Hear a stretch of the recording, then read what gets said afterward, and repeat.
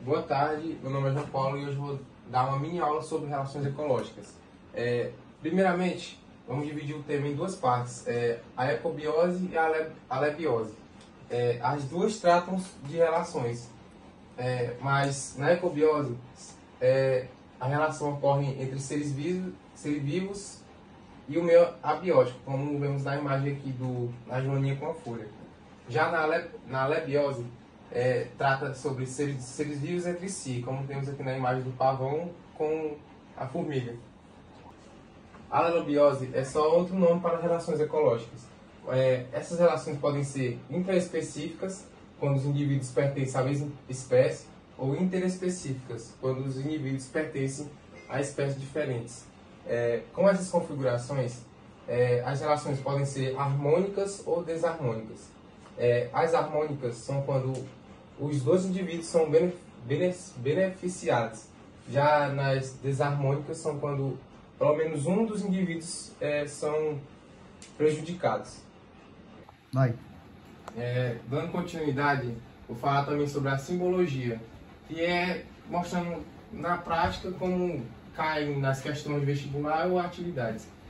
Quando está positivo, nenhum dos dois ou mais indivíduos são prejudicados. E quando está negativo, um ou mais dos envolvidos são prejudicados. Já quando está 0/0, mostra a neutralidade, que nenhum dos dois está sendo prejudicado. Continuando, vou falar das relações intraespecíficas, das harmônicas e desarmônicas. Começando com a sociedade. Nessa relação, os indivíduos da mesma espécie vivem juntos, sem união física, e apresentam a divisão de trabalho entre os indivíduos, beneficiando todos eles. Como exemplo, a colônia das formigas, abelhas e cupins. Já na colônia, os indivíduos da mesma espécie vivem juntos, no entanto, eles apresentam ou não divisão de trabalho, mas mesmo assim trazendo benefício a todos os indivíduos, como por exemplo as caravelas e as bactérias. Nas caravelas, elas apresentam divisão de trabalho, já nas bactérias elas não apresentam. Agora falando das desarmônicas, das intraespecíficas, começaremos com a competição. Nesse tipo de relação, os indivíduos da mesma espécie competem por recursos limitados, como alimento, território e parceria de reprodução. Um exemplo podemos pegar das aves, que elas cantam para marcar territórios para as outras aves. Agora no canibalismo, temos essa relação ocorre quando um indivíduo da mesma espécie se alimentam deles mesmos. Como um exemplo, os filhotes de tubarões cinzas, que se alimentam deles mesmos dentro do útero da tubarão-mãe. Continuando a aula, agora eu vou falar das relações interespecíficas harmônicas. Temos três exemplos: o mutualismo, o mensalismo e o inquilinismo. Bom, no mutualismo, essa relação acontece entre duas espécies diferentes que vivem associadas. Um exemplo é as algas e fungos, que formam líquens com a fotossíntese das algas.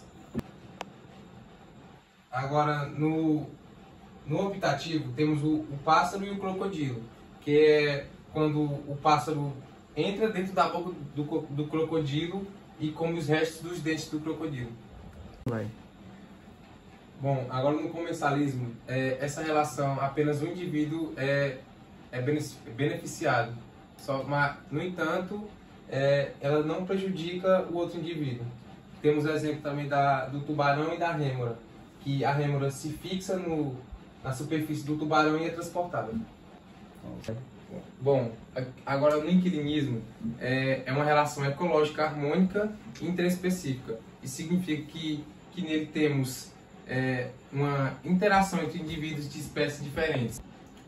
Bom, agora vamos na competição. Nesse tipo de relação, os indivíduos de espécies diferentes disputam por recursos limitados, tipo, como exemplo, alimento e território. Temos exemplos de plantas de espécies diferentes que disputam por luminosidade nas florestas densas. Bom, agora na predação, essa relação ocorre, um indivíduo mata o outro para se alimentar. Temos o exemplo aqui do leão e da zebra, que o leão come zebras para alimentar. Bom, agora no parasitismo, essa relação, um dos indivíduos, o parasita, retira nutrientes do hospedeiro para sua sobrevivência. Um exemplo temos do humano e a lombriga. A lombriga entra no intestino do humano para se alimentar, para a sua sobrevivência. Bom, no amensalismo, é uma relação ecológica em que uma espécie inibe o desenvolvimento ou reprodução da outra.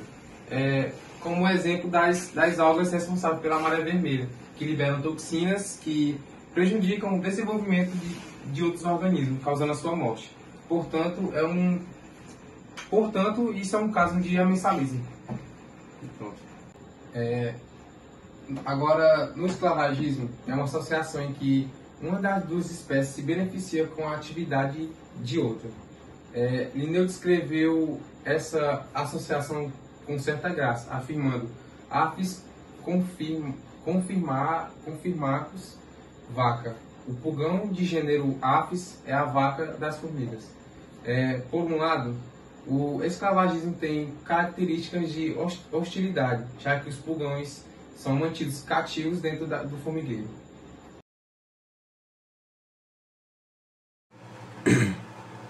Bom, agora iremos fazer um exemplo aqui e botar em prática o que a gente aprendeu nessa mini aula aqui.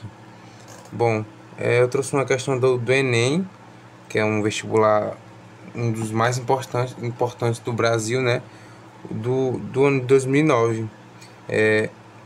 Uma colônia de formigas inicia-se com uma rainha jovem, que, após ser fecundada pelo macho, voa e escolhe um lugar para cavar um buraco. Ali dará origem a milhares de formigas, constituindo uma nova colônia. As fêmeas geradas poderão ser operárias, vivendo cerca de um ano, ou novas rainhas.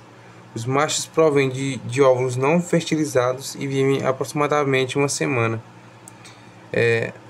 As operárias se dividem nos trabalhos do formigueiro. Há formigas forragedoras, que se encarregam de busca por alimentos. Formigas operárias que retiram dejetos da colônia e são responsáveis pela manutenção, ou que lidam com alimento e alimentam as larvas. E as formigas patrulheiras. Uma colônia de formigas pode durar anos e dificilmente uma formiga social consegue sobreviver sozinha. Bom, dito o texto, agora vamos para a pergunta.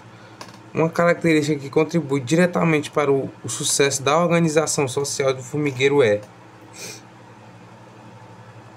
Bom, depois de ler o texto, iremos marcar palavras-chave do texto elaborado aqui da questão. Como por exemplo, aqui, ó, as fêmeas geradas poderão ser operárias ou novas rainhas. E cadê? Operários e dividem trabalho. Pronto. E operários que dividem os trabalhos, que é a divisão de trabalho de uma colônia. Como se você viu a videoaula, você sabe do que eu estou falando. Bom, dito isso, com essas palavras-chave já poderemos eliminar todas as questões todas as alternativas da questão, sobrando só a letra A divisão de trabalho entre as formigas e a organização funcional da colônia. Isso tá correto só de ler, tá 100% correto, como eu disse aqui, que divisão de trabalho, as operárias e as rainhas. Letra A. Bom, e para alguém que teve dúvida, eu vou corrigir as outras questões, né? As outras alternativas para não ter erro. Bom, letra B. O fato de as formigas machos serem provenientes de óvulos não fertilizados. Bom, primeiramente que essa alternativa nem é relacionada diretamente no sucesso da organização social, então ela facilmente é eliminada na hora da prova.